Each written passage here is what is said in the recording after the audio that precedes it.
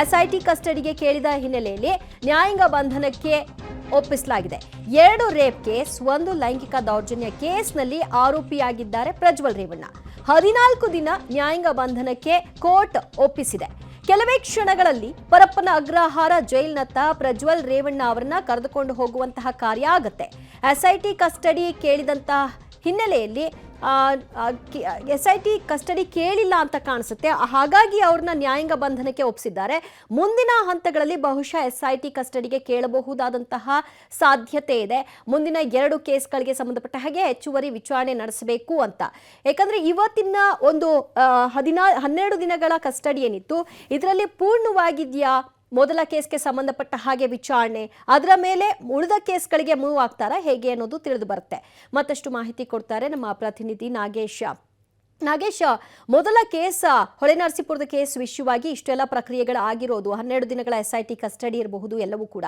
ಈ ಕೇಸ್ ಪೂರ್ಣವಾದಾಗ ಮಾತ್ರ ಮುಂದಿನ ಕೇಸ್ಗೆ ಶಿಫ್ಟ್ ಆಗ್ತಾರಾ ವಿಚಾರಣೆ ವಿಚಾರವಾಗಿ, ಅಥವಾ ನೆಕ್ಸ್ಟ್ ಕೇಸ್ನ ಕೈಗೆತ್ಕೊಂಡು ಮುಂದಿನ ಹಂತಗಳಲ್ಲಿ ಅದಕ್ಕೆ ಪೂರಕವಾದಂತಹ ಮಾಹಿತಿ ಸಿಗಬೇಕು ಅಂದ್ರೆ ಅದಕ್ಕೂ ಕೋರೋ ಸಾಧ್ಯತೆಗಳಿದೆಯಾ?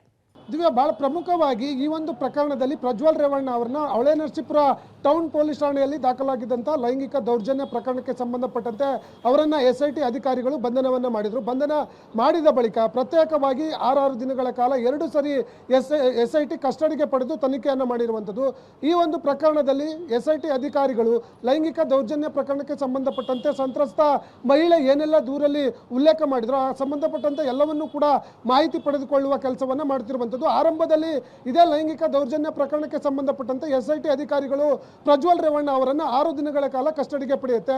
ಅದಾದ ಬಳಿಕ 6 ದಿನ ಮುಗಿದ್ರೂ ಕೂಡ ತನಿಖೆಗೆ ಸರಿಯಾಗಿ ಸಹಕಾರ ನೀಡ್ತಿಲ್ಲ ಅನ್ನುವಂಥ ಕಾರಣಕ್ಕೆ ಎಸ್ಐಟಿ ಅಧಿಕಾರಿಗಳು ಇದೇ ಪ್ರಕರಣದಲ್ಲಿ ಮತ್ತೊಮ್ಮೆ 6 ದಿನಗಳ ಕಾಲ ಕಸ್ಟಡಿಗೆ ಪಡೆದು ಈಗ ಟೋಟಲ್ 12 ದಿನಗಳ ಕಾಲ ವಿಚಾರಣೆ ಮಾಡಿ ತನಿಖೆಯನ್ನು ಒಂದು ಹಂತಕ್ಕೆ ಮುಗಿಸಿರುವಂಥದ್ದು. ಹಾಗಾಗಿ ಇವತ್ತು ಬಹುತೇಕ ನ್ಯಾಯಾಧೀಶರ ಮುಂದೆ ಹಾಜರುಪಡಿಸಿದಂಥ ಸಂದರ್ಭದಲ್ಲಿ ನ್ಯಾಯಾಧೀಶರು ಜೇಸಿಗೆ ಅಂದರೆ ನ್ಯಾಯಾಂಗ ಬಂಧನಕ್ಕೆ ಕೊಟ್ಟು ಆದೇಶವನ್ನು ಕೊಟ್ಟಿರುವಂಥದ್ದು. ಇನ್ನು ಉಳಿದ ಅತ್ಯಾಚಾರ ಪ್ರಕರಣಕ್ಕೆ ಸಂಬಂಧಪಟ್ಟಂತೆ ಎಸ್ಐಟಿ ಅಧಿಕಾರಿಗಳು ಒಂದು ಪ್ಲಾನ್ ಅನ್ನು ಮಾಡ್ಕೊಂಡಿರುವಂಥದ್ದು. ಬಹಳ ಪ್ರಮುಖವಾಗಿ ಈಗ ಕಸ್ಟಡಿಗೆ ಕೇಳಿದ್ರೆ ಸರಿ ಹೋಗಲ್ಲ ಅನ್ನುವಂಥ ಕಾರಣಕ್ಕಾಗಿ ಇನ್ನುಳಿದ ಪ್ರಕರಣಗಳಲ್ಲಿ ಜೇಸಿಗೆ ಹೋದ ಬಳಿಕ ಅಂದರೆ ಪರಪ್ಪನ ಅಗ್ರಹಾರ ಜೈಲಿಗೆ ಹೋದ ಬಳಿಕ ಅಲ್ಲಿಂದ ಬಾಡಿ ವಾರೆಂಟ್ ಮೂಲಕ ತೆಗೆದುಕೊಂಡು ತನಿಖೆ ಮಾಡಲಿಕ್ಕೆ ಎಲ್ಲ ಪ್ಲಾನ್ಗಳನ್ನು ಎಸ್ಐಟಿ ಅಧಿಕಾರಿಗಳು ಮಾಡ್ಕೊಂಡಿದ್ದಾರೆ ಅನ್ನುವಂಥ ಮಾಹಿತಿ ಈಗ ಸದ್ಯಕ್ಕೆ ಇರುವಂಥದ್ದು. ದಿವ್ಯಾ.